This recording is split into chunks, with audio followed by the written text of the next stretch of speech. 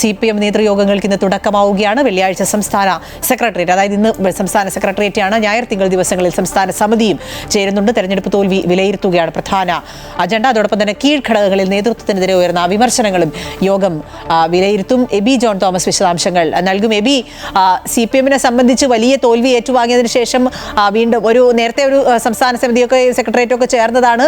ഇപ്പോൾ വീണ്ടും സംസ്ഥാന സെക്രട്ടേറിയറ്റും സംസ്ഥാന സമിതിയും ഒക്കെ ചേരുകയാണ്. വളരെ പ്രധാനമായി നേതാവ് ആര് എന്നുള്ളതിലുള്ള ഒരു തർക്കം CPI നടക്കുന്നതുമൊക്കെ ചർച്ചയാകേണ്ടതുണ്ട്. ഒപ്പം ഈ തെരഞ്ഞെടുപ്പ് തോൽവി തിരുത്തലുകൾ എങ്ങനെ എന്നുള്ളതൊക്കെ ചർച്ച വരുമല്ലോ.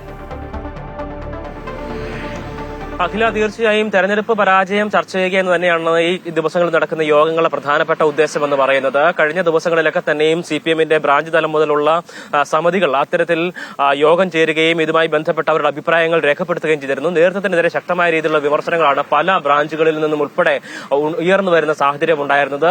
എന്തായാലും ആ വിഷയങ്ങളൊക്കെ തന്നെയും നേതൃത്വം മാറണം എന്നുള്ള തരത്തിലേക്കുള്ള ആവശ്യങ്ങൾ ഉൾപ്പെടെ പലയിടങ്ങളിലും ഉയർന്നു വരുന്ന സാഹചര്യം ഉണ്ടായത്. അതൊക്കെയും ഇന്ന് മുതൽ നടക്കുന്ന യോഗങ്ങളിൽ ശക്തമായ രീതിയിൽ തന്നെ അത് ചർച്ച ചെയ്യപ്പെടും, അത് റിപ്പോർട്ട് ചെയ്യപ്പെടും എന്നുള്ള കാര്യമാണ്.